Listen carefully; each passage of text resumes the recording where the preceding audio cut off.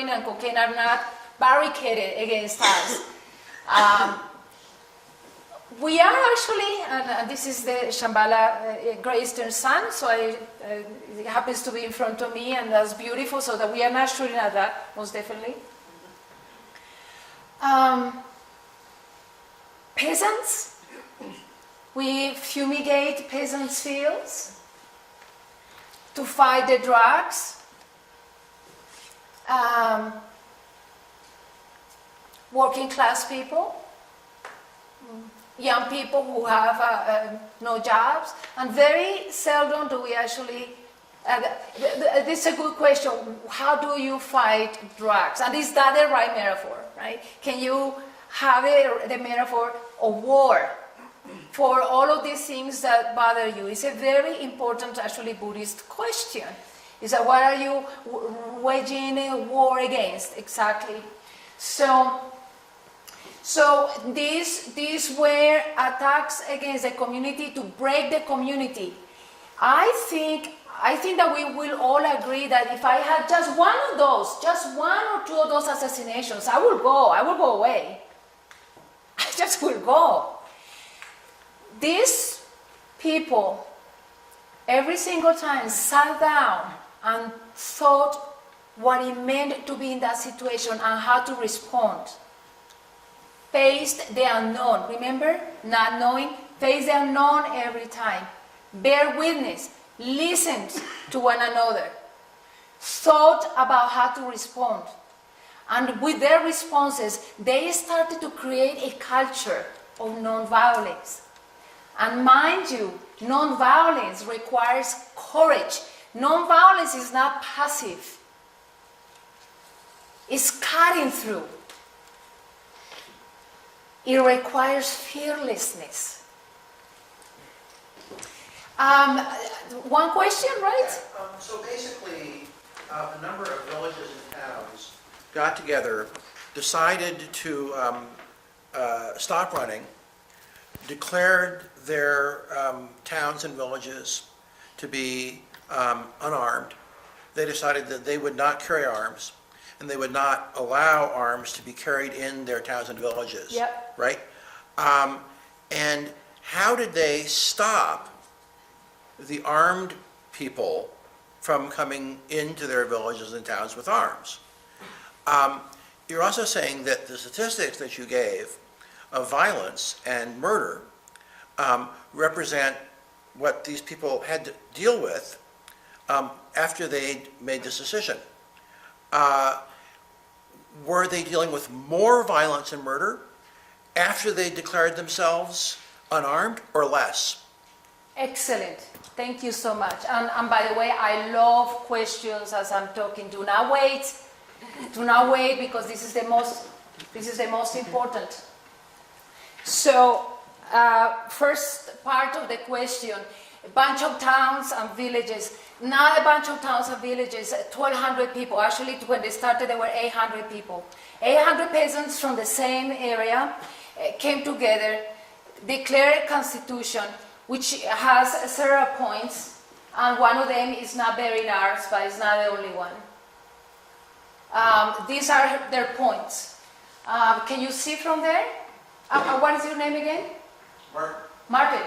Martin, I just want you to look at them so that we see what else was there aside from not bearing weapons. Okay, so aside, and this is, I think, very important, aside from doing something that is rejected, they were also doing things that were proactive, creative, one of which was communal work.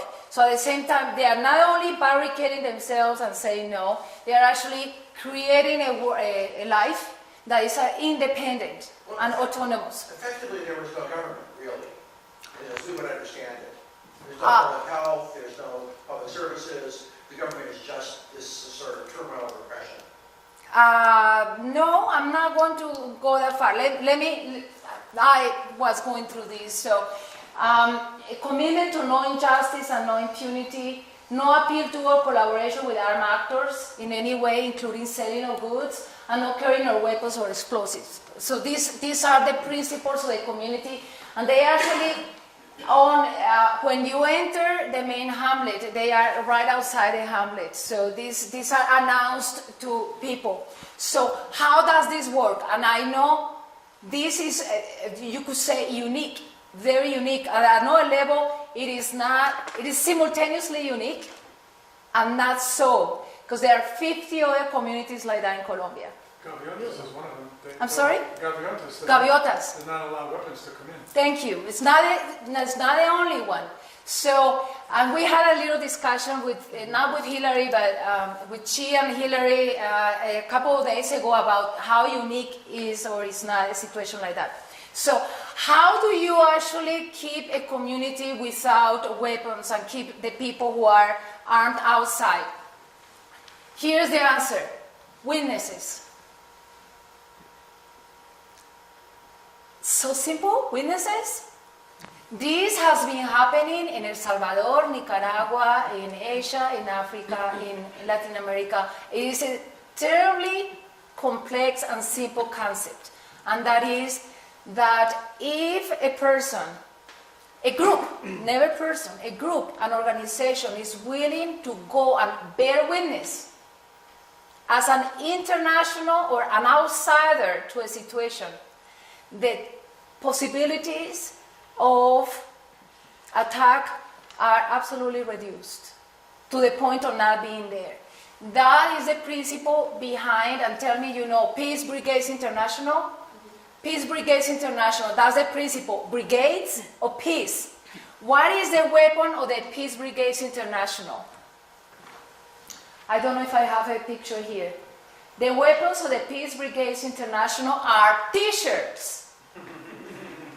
That is 2 members of the Peace Brigades International and a foreigner with a funny hat.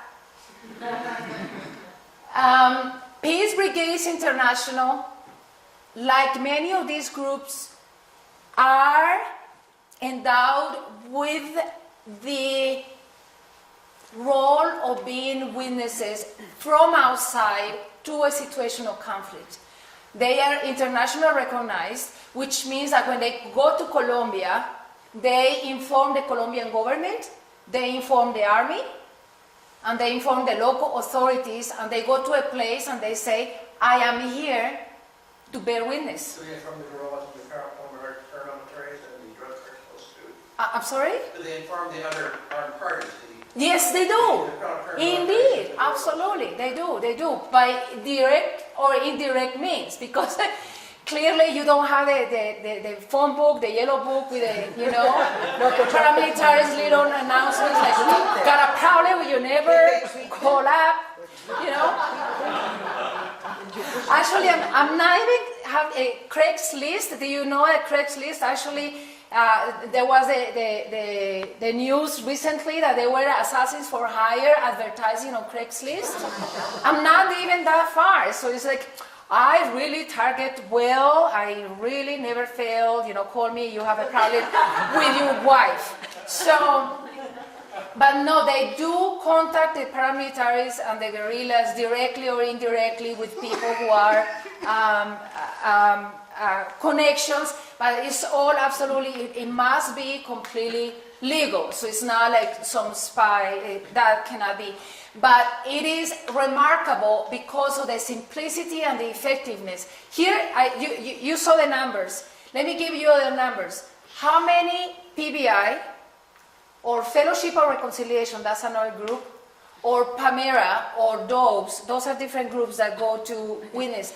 How many of them have been killed in Colombia, or tortured, or disappeared, or kidnapped? Zero.